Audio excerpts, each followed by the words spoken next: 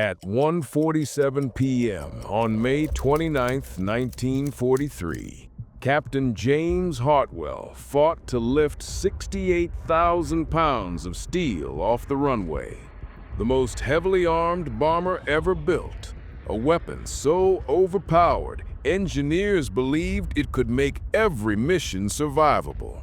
But within hours, it would prove the opposite, and its failure would end up saving thousands of lives.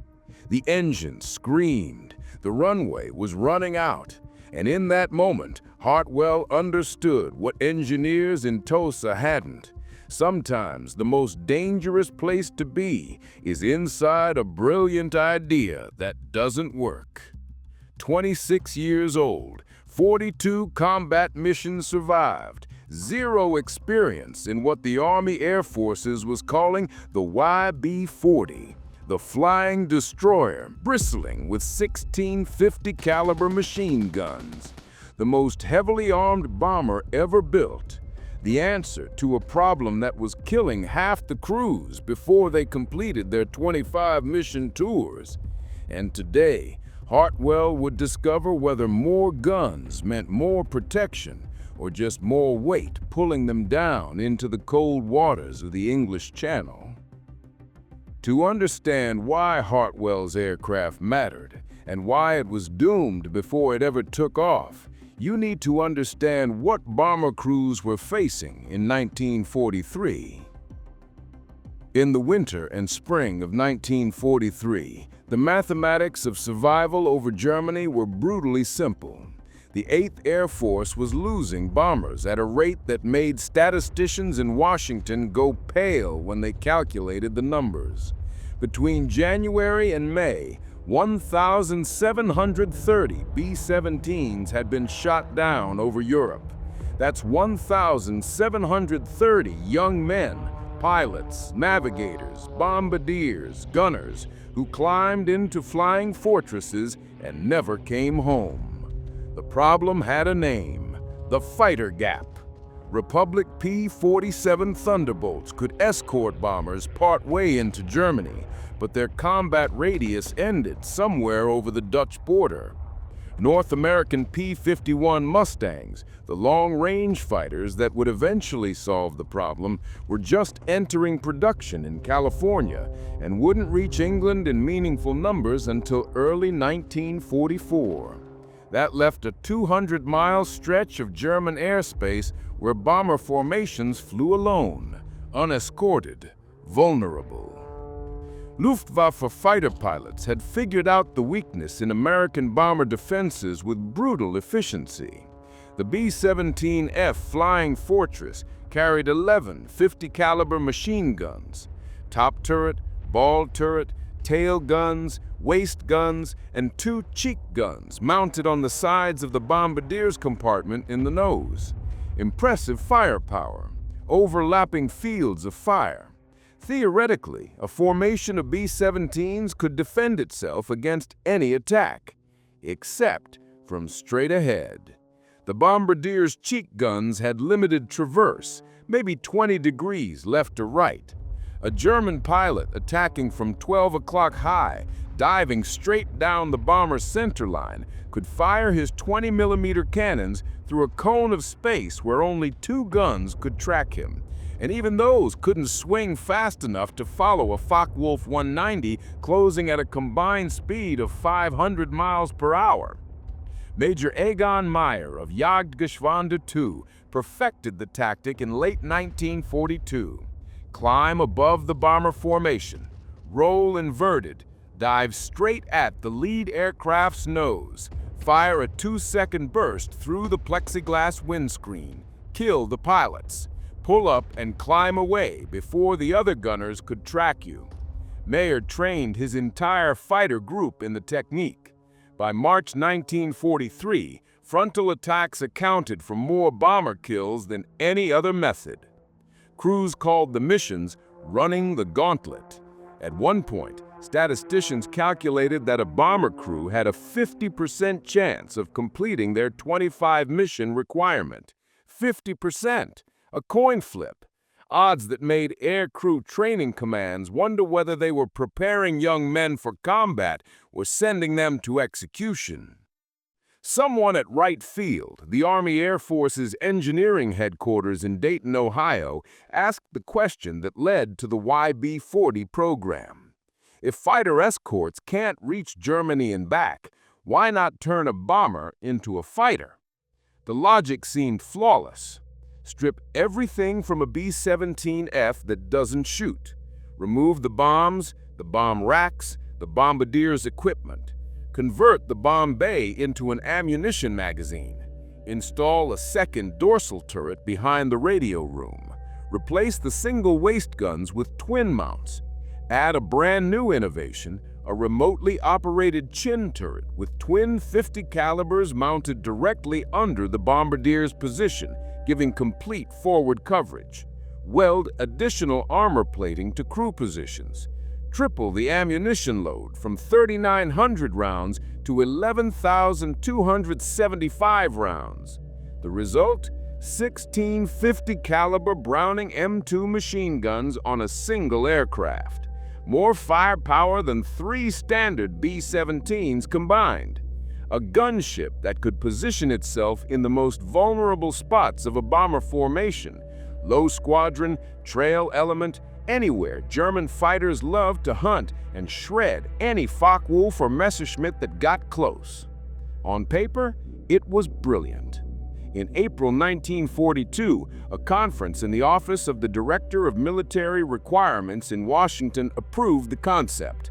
By May, Vega Aircraft had the contract to develop the prototype. In July, they examined a test installation of a Bendix chin turret on a B-17F. By November 19, 1942, the XB-40 prototype was delivered to the Army Air Corps for testing. Initial tests at Eglin Airfield's proving ground in Florida were satisfactory. The guns worked, the turrets rotated smoothly, the firepower was devastating. Douglas Aircraft received a contract to convert 12 production B-17Fs to YB-40 configuration at their Tulsa modification facility. The price? $469,820 per aircraft, eventually negotiated down slightly. By March 1943, all 12 conversions were complete. In April, they flew to Orlando for compatibility testing with standard B-17Fs. The tests revealed no major problems. In early May 1943, the YB-40s deployed to England. The 82nd Bomb Group at RAF Alconbury received them. 7 aircraft assigned to 7 hand-picked crews. Colonel William Reed, the group commander, personally selected the pilots. These would be the men who would test whether the flying destroyer concept could work in combat. Captain James Hartwell got aircraft 42-5738. His crew called it Hedgehog, and on May 29, 1943, they would discover what all those engineers in Tulsa and all those planners in Washington had overlooked. The mission briefing at 10 a.m. was straightforward. Target: German submarine pens at Saint-Nazaire on the French coast, a heavily defended target that U-boats used as a base for Atlantic operations. The 8th Air Force was sending 168 B-17s, 7 combat wings, each with multiple bombardment groups.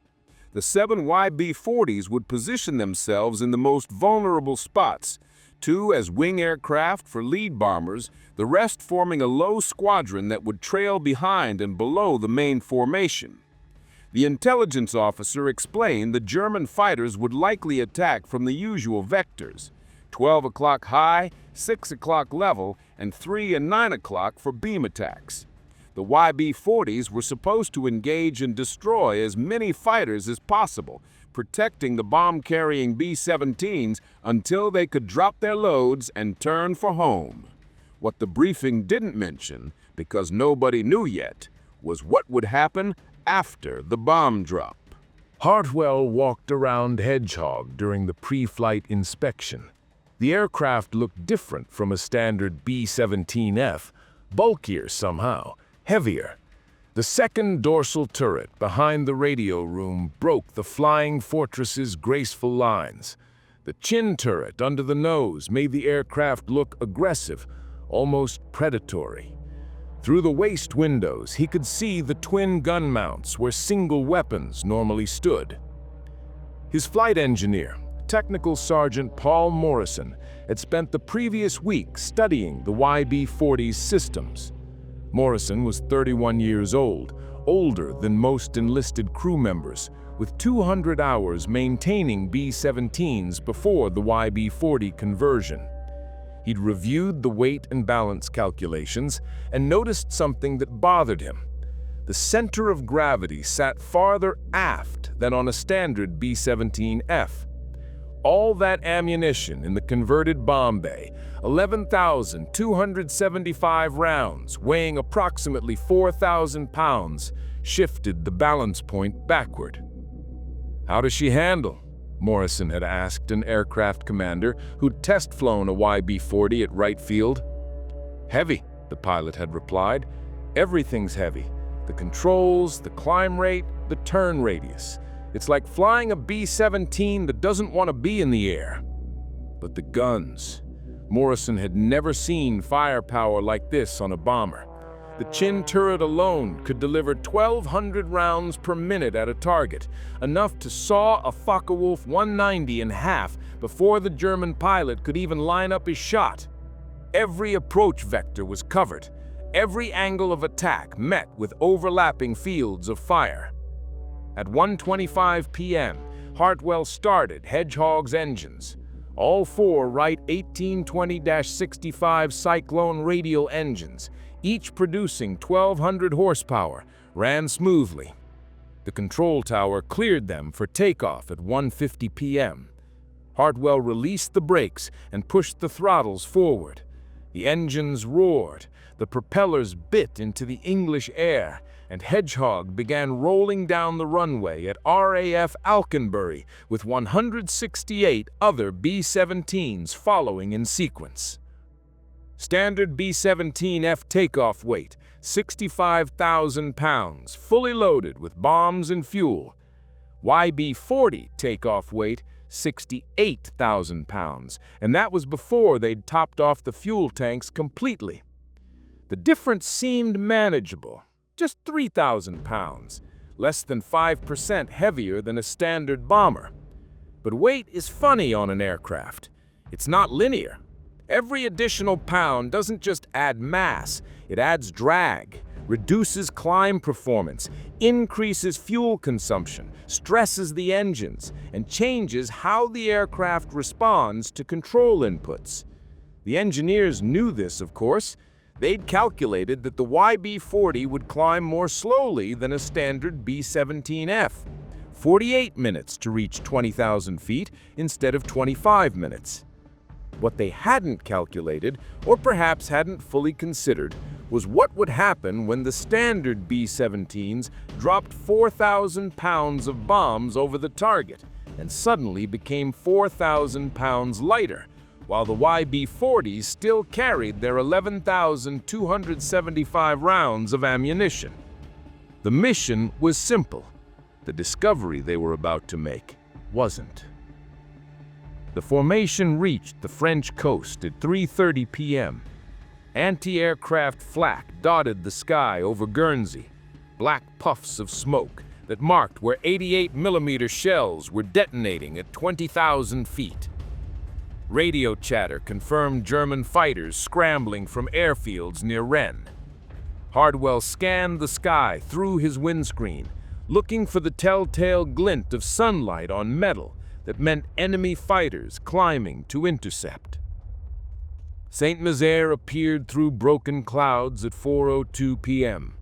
The submarine pens were clearly visible, massive concrete structures built by Organization Taut, so heavily reinforced that even direct hits from 500-pound bombs barely scratched them. The lead bombardment groups opened their bomb bay doors. Bombardiers hunched over their Norden bomb sites, making final adjustments. Bombs away. The call came through the radio from the lead aircraft. Hartwell watched as hundreds of bombs tumbled from the B-17s ahead of him. 500-pounders, 1,000-pounders, falling in long arcs toward the submarine pens below. Explosions rippled across the target area. The formation turned west for home, and that's when Hartwell noticed it. The standard B-17s ahead of him were climbing, not dramatically, just a gentle, steady climb as the formation gained altitude for the return flight.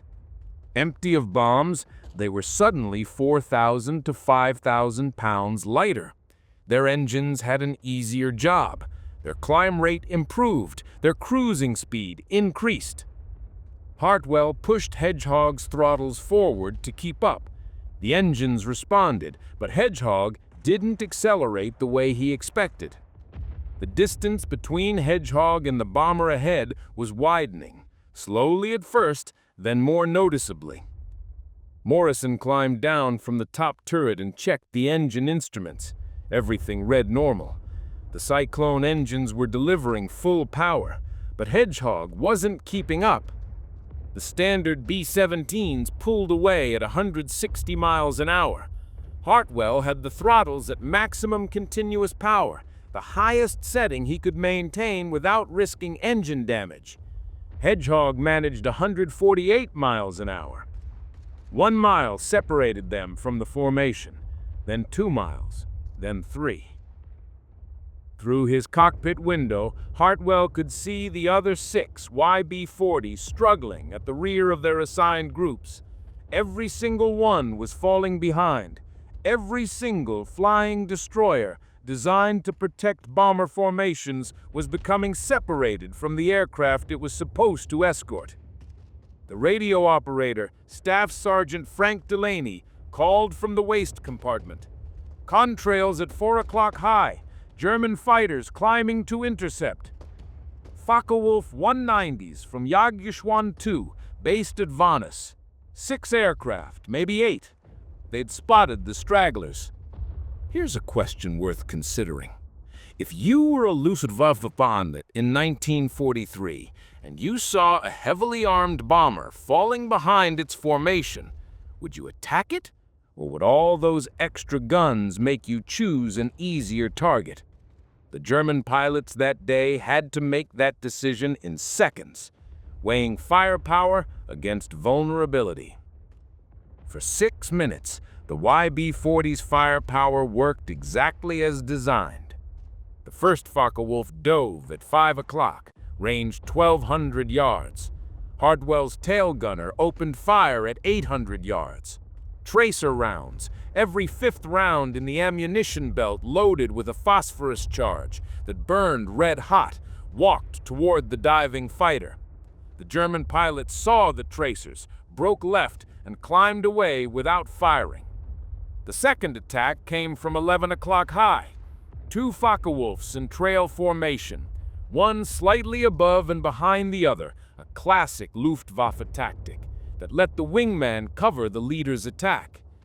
Hartwell's chin turret gunner tracked the lead aircraft through his gun sight and fired a 4-second burst.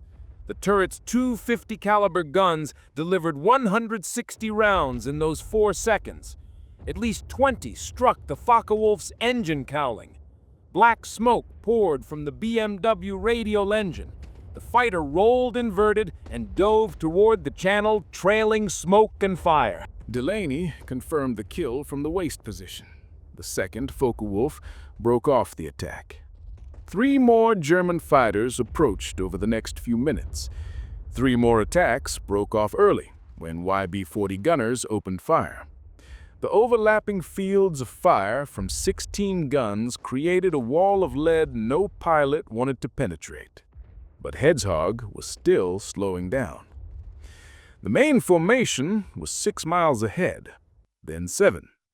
Hartwell could barely see the bomber stream against the afternoon sky. Morrison reported fuel state. They'd burned 800 gallons more than briefed during the climb and combat. At their current power setting, they had 90 minutes of fuel remaining to reach Alconbury. The formation would be on the ground in 70. Another pair of Focke-Wulfs appeared at 2 o'clock, but these pilots didn't attack immediately. They'd figured something out that their earlier comrades hadn't. The YB-40 couldn't keep up, couldn't run, couldn't accelerate away from danger. The German fighters circled at a distance, just outside effective gun range, waiting for the bomber to fall farther behind, waiting for the right moment to attack from multiple vectors simultaneously.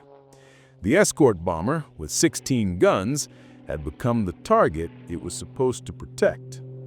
Think about that moment. Hartwell and his crew were experiencing the exact scenario they were sent to prevent.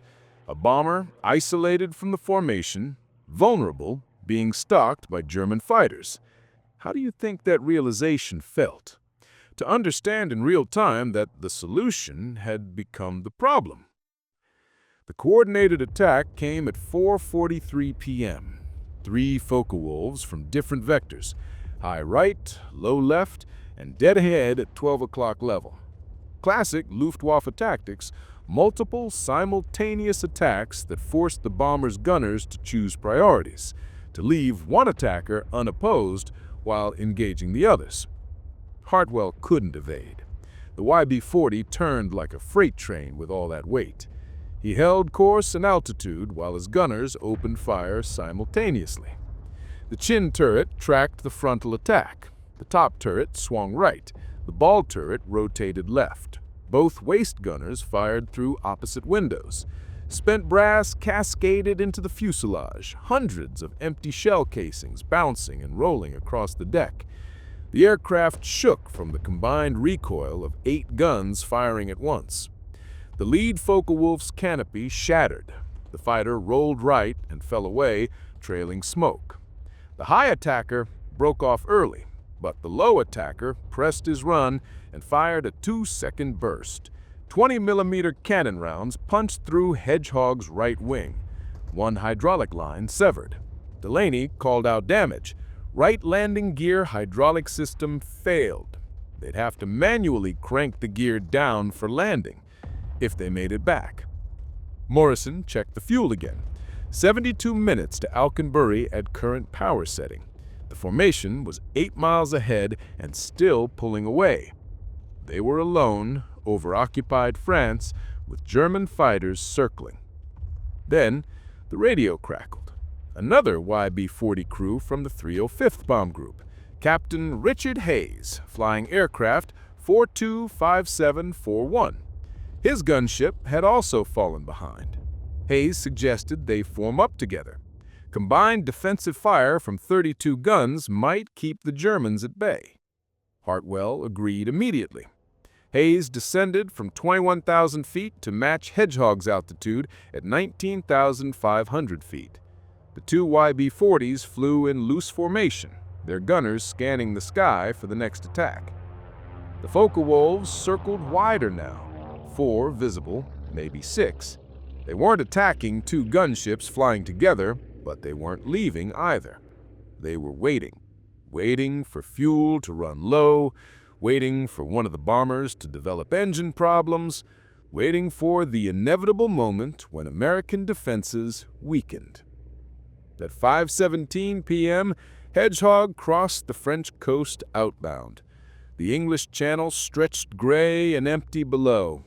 53 miles to the English coast, 41 minutes flying time at their current ground speed.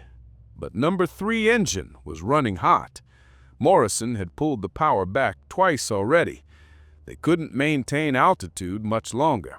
Hedgehog descended through 19,000 feet, then 18,800, then 18,600. Hayes radioed that his number 2 engine's oil pressure was dropping. He throttled it back to prevent seizure. His YB-40 slowed to 138 miles per hour. Both aircraft were struggling.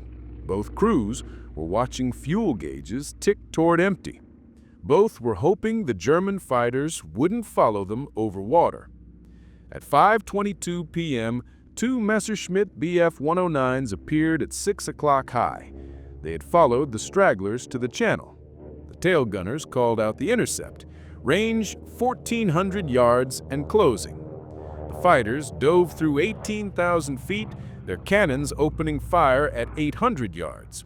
Hartwell couldn't evade. The YB-40 turned like a freight train with all that weight. He held course and altitude while his gunners opened fire simultaneously. Hedgehog's tail gunner, Staff Sergeant Raymond Kook, 24 years old, former skeet shooting champion from Cleveland, had never tracked targets moving this fast. The lead Messerschmitt closed to 600 yards. Kook walked his tracers across empty sky. The German pilot jinked, left, right, dove 20 degrees. His wingman followed. Both fighters opened fire at 400 yards. Cannon shells tore through Hedgehog's tail section. One round exploded in the horizontal stabilizer. Another punched through the fuselage 2 feet behind Kook's position. The aircraft shuddered. Hartwell felt the controls go mushy, that terrifying sensation when an aircraft stops responding precisely. Morrison climbed back to check damage. The elevator cables were intact, but the trim tab mechanism was jammed. Hartwell would have to fight the control yoke all the way to England. The Messerschmitts pulled up for another pass.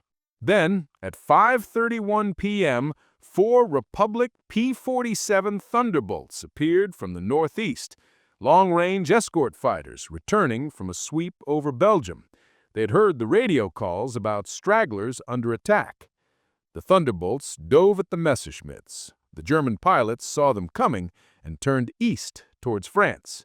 The P-47s didn't pursue. They were low on fuel themselves. Instead, they formed up on both YB-40s and waggled their wings, escort to the English coast. Hartwell checked his fuel. 37 minutes remaining at current power setting, 29 miles to landfall. They'd make it, barely. But the concept was broken. He could see it now. The YB-40 worked perfectly as a gun platform. 16 .50 calibers could shred any fighter that got close. The chin turret alone had changed the equation for frontal attacks. But the weight made it useless. After the standard B-17s dropped their bombs, they climbed faster and flew higher. The YB-40s still carried 11,000 rounds of ammunition, 4,000 extra pounds dragging them down, making them slower, making them targets instead of protectors. Was it worse to fail because you didn't try, or to fail because you tried the wrong solution? The YB-40 crews risked their lives testing an idea that looked perfect in the engineering drawings, but collapsed under the reality of combat. How do you measure the value of that kind of failure? Hayes radioed at 5:47 p.m. His number 2 engine had seized completely. Oil pressure, 0. He'd feathered the propeller, rotated the blades edge-on to the wind to reduce drag. His YB-40 descended through 15,000 feet on 3 engines. Morrison calculated the numbers. Hayes wouldn't make Alconbury. Maybe not even his assigned base. His fuel consumption on 3 engines was too high. The English coast appeared at 5:53 p.m. Hayes aimed for the first airfield he could find, RAF Manston on the Kent Peninsula. He called the tower and declared an emergency. They cleared him for immediate landing. Hartwell watched Hayes's YB-40 drop away toward the emergency field. One gunship limping home on 3 engines, another damaged and barely controllable. Both aircraft would require major repairs before flying again. At 6:18 p.m., Hedgehog touched down at Alconbury. Hartwell and his co-pilot manually cranked the landing gear down. The right main gear locked with 15 seconds to spare before touchdown. Ground crews counted 16 bullet holes in the fuselage. 1 severed hydraulic line, 1 jammed trim tab, 1 damaged horizontal stabilizer. Colonel William Reed was waiting at the hardstand. He wanted Hartwell's assessment immediately. Hartwell shut down the engines and climbed out. His flight suit was soaked with sweat. His hands still shook from fighting the controls for 90 minutes. He looked at Colonel Reed and said 3 words that should have ended the program. "It can't keep up."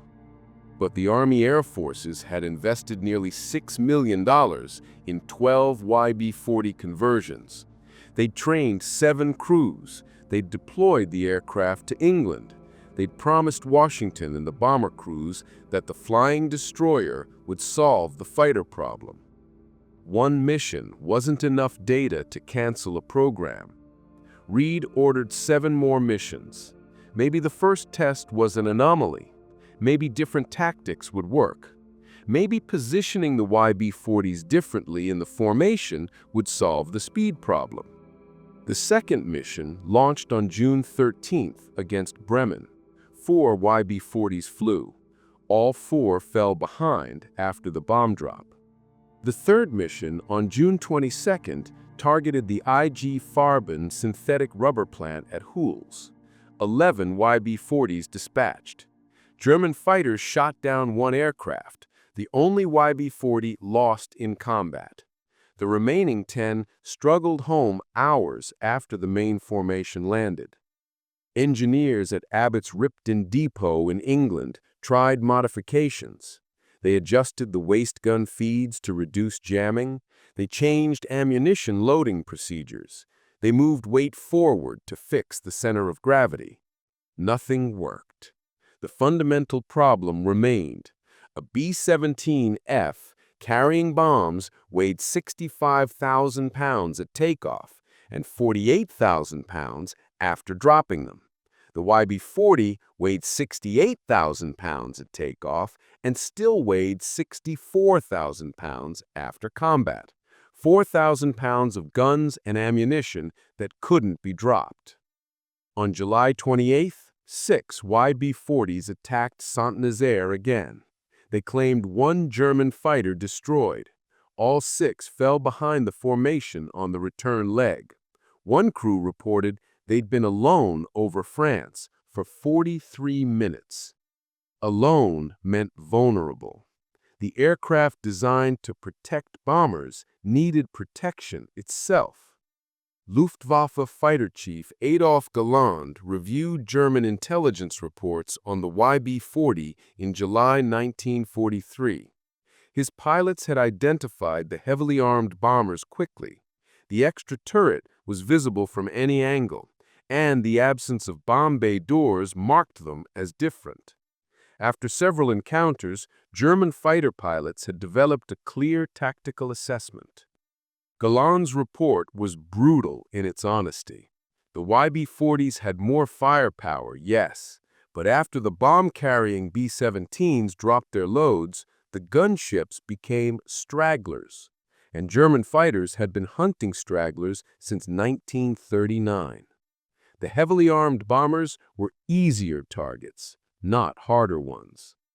Galland's final assessment? The YB-40 kills are insignificant, not worth the tactical adjustment. My pilots would rather attack the flying fortresses with extra guns than avoid them.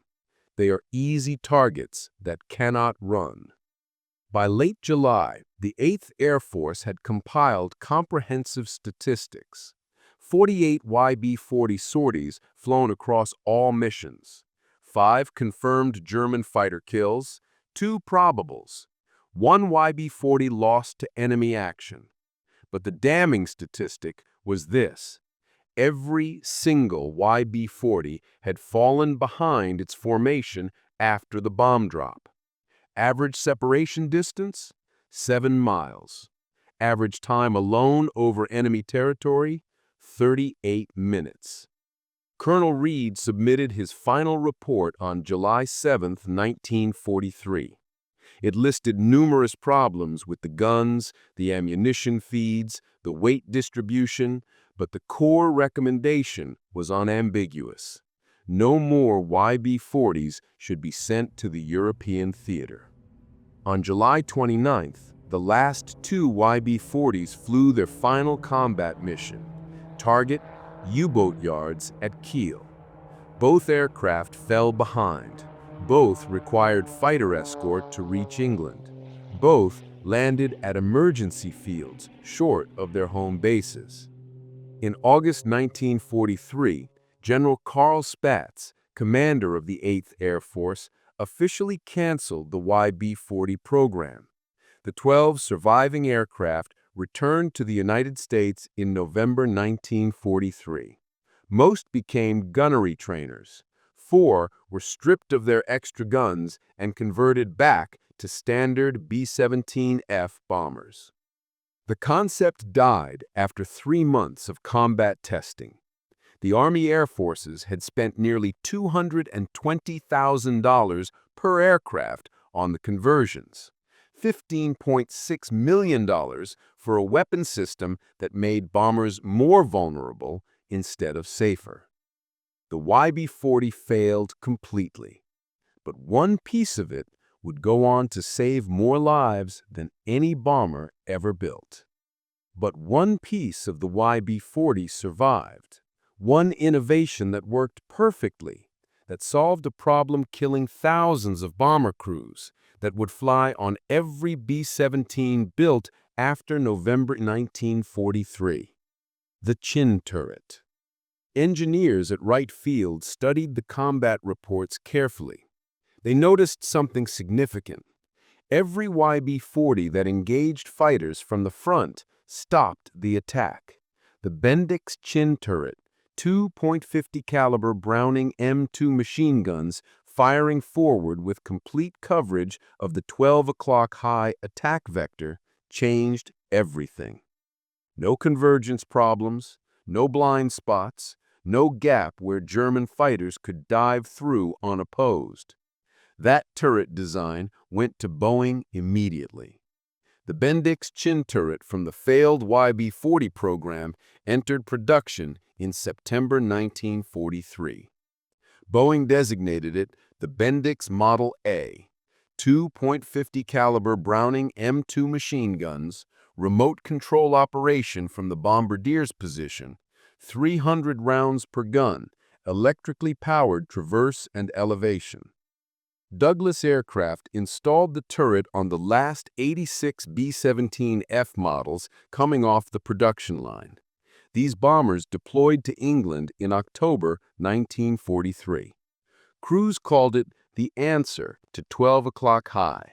Before the chin turret, German fighters attacked B-17 formations from dead ahead with devastating effectiveness.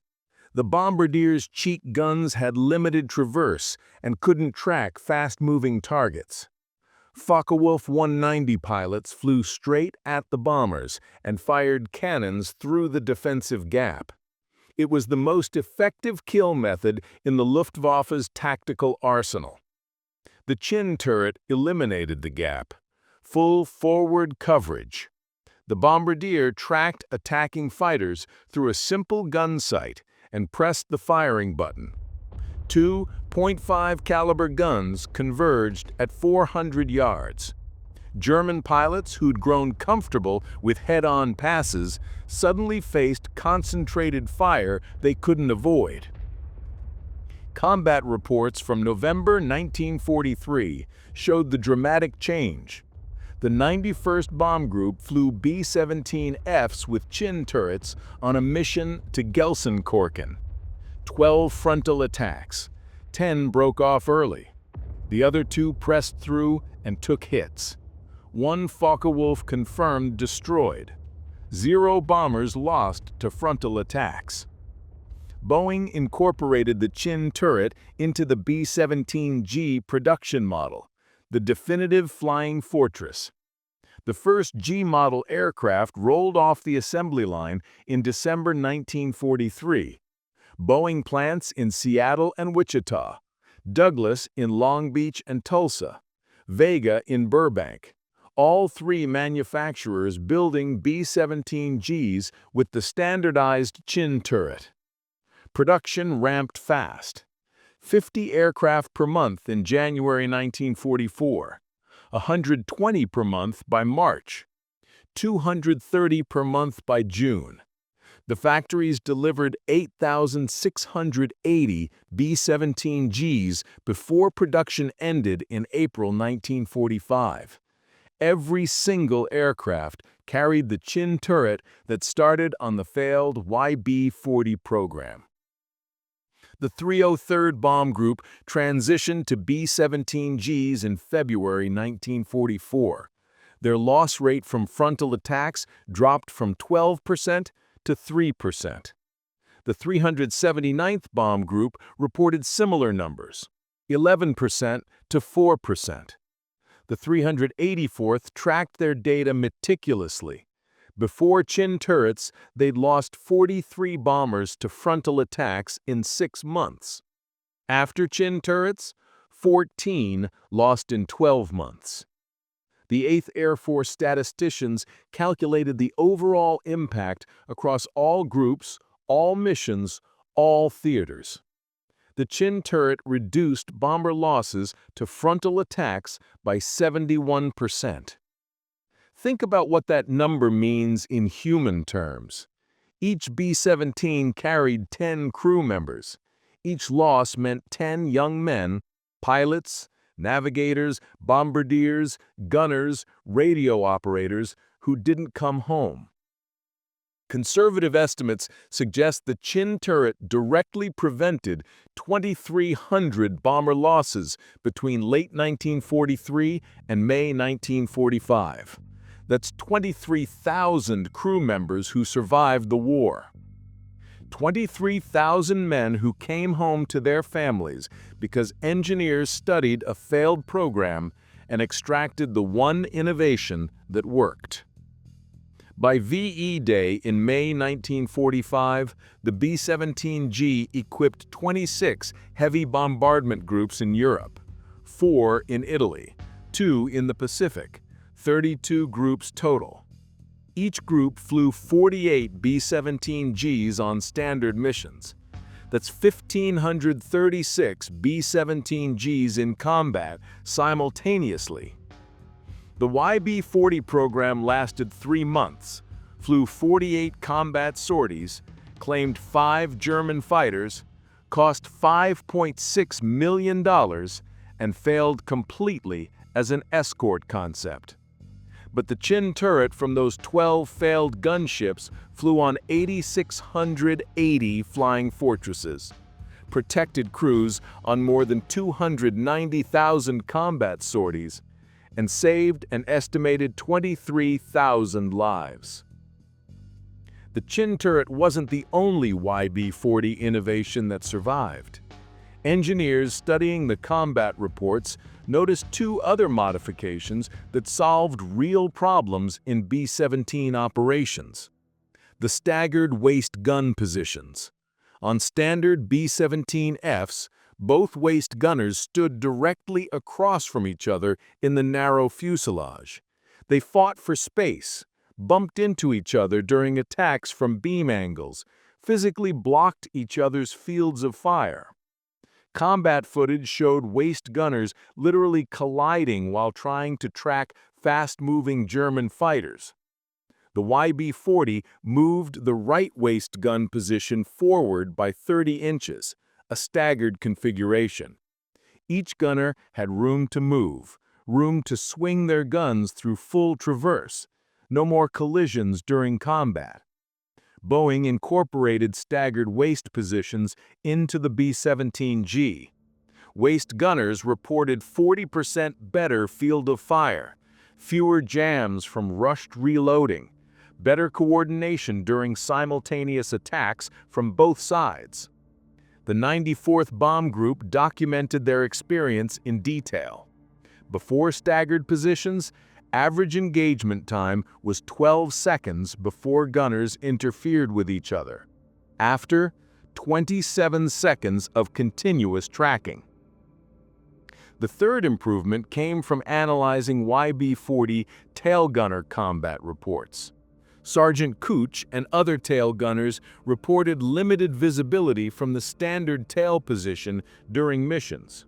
Small windows, restricted view, difficult to track fighters approaching from 6 o'clock low. the Army Air Forces contracted with the Cheyenne Modification Center in Wyoming to redesign the tail position. Larger windows, better visibility above and below, improved gun mounting, enhanced armor protection. They called it the Cheyenne tail. It became standard on late production B-17Gs. 3 innovations from a failed program: chin turret, staggered waist guns, Cheyenne tail. All 3 incorporated into the B-17G. All 3 saving lives on every mission for the rest of the war.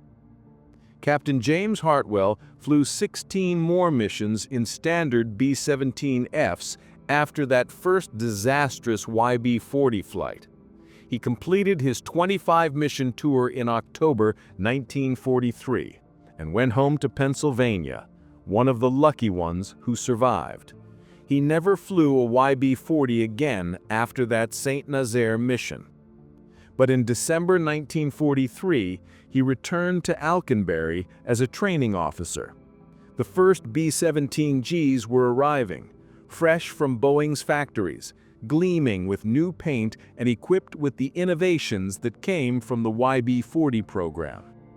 Hartwell watched crews walking around the new bombers, pointing at the chin turret, asking how it worked, where it came from. He told them about the YB-40, the flying destroyer that couldn't keep up, the gunship that became the target, the 3-month program that failed so badly it got canceled before summer ended. Then he showed them the turret, explained how bombardiers operated it, demonstrated the field of fire, walked them through the ammunition loading procedures. The crews listened carefully. They understood what they were seeing: protection born from failure. One young pilot, fresh from training, maybe 22 years old, with exactly 0 combat missions in his logbook, asked Hartwell if the YB-40 was worth it. Worth the money, worth the effort, worth the crews who flew those 12 aircraft into combat knowing they'd fall behind. Hartwell looked at the B-17G on the hardstand, the chin turret gleaming in the weak English sunlight. He thought about frontal attacks, about Focke-Wulfs diving through formations at 12 o'clock high, about bombardiers who finally had a weapon that could stop them. He thought about the 8,680 bombers that would carry that turret before the war ended. He thought about the 23,000 crew members who would come home because of an innovation extracted from a spectacular failure. Worth it, he said. Every mission, every dollar, every bullet hole in Hedgehog's fuselage. The YB-40 taught us how to fail forward. That phrase, fail forward, captures something essential about innovation in wartime. Sometimes the most valuable discoveries come from ideas that don't work. Do you think we've lost that willingness to learn from expensive failures in modern times? Or do we still value the lessons that come from trying bold ideas that collapse under the weight of reality? The last YB-40 mission flew on July 29, 1943. By August, the program was officially canceled. By November, all 12 surviving aircraft had returned to the United States. Most became gunnery trainers. A few were scrapped. One ended up in a scrapyard scene in the 1946 film, The Best Years of Our Lives. No YB-40 survived the war intact. No museums preserved them. No restoration projects brought them back. The flying destroyer disappeared from history. But the innovations lived everywhere, in every B-17G that flew over Europe, every bomber crew that survived a frontal attack, every pilot who made it to 25 missions because of Focke-Wulf broke off early when chin turret tracers found their target. The 8th Air Force flew more than 290,000 combat sorties with B-17Gs. The chin turret fired in anger on approximately 114,000 of those missions. Conservative estimates suggest it directly prevented 2,300 bomber losses. That's 23,000 crew members who came home. The National Museum of the United States Air Force in Dayton displays a B-17G today, tail number 4483514, named Shoo Shoo Shoo Baby, restored to flying condition. The chin turret gleams under the museum lights. A plaque mentions it was standard equipment on all G models. The plaque doesn't mention the YB-40. It doesn't explain where the turret came from. Doesn't tell the story of 12 aircraft that failed so completely their program lasted 3 months. History remembers successes. The B-17G that helped win the war, the Flying Fortress that became an icon, the bomber that could take tremendous damage and bring crews home. History forgets failures. The YB-40 that couldn't keep up, the $5.6 million mistake, the flying destroyer that needed protection instead of providing it. But failures teach lessons successes never do. The YB-40 proved that good ideas poorly executed still contain good ideas, that expensive mistakes can generate priceless innovations, that 3 months of combat testing can produce improvements that last years. Boeing engineers didn't see the YB-40 as a failure. They saw it as research. They took what worked and fixed what didn't. The chin turret worked. The extra weight didn't. So they kept the turret and dropped the weight. Simple, effective, life-saving. The YB-40 vanished from history. But what if the most important lesson it taught wasn't about engineering, but about us? If you'd been in command of the 8th Air Force in August 1943, with bomber losses mounting and crews dying at catastrophic rates, would you have canceled the YB-40 program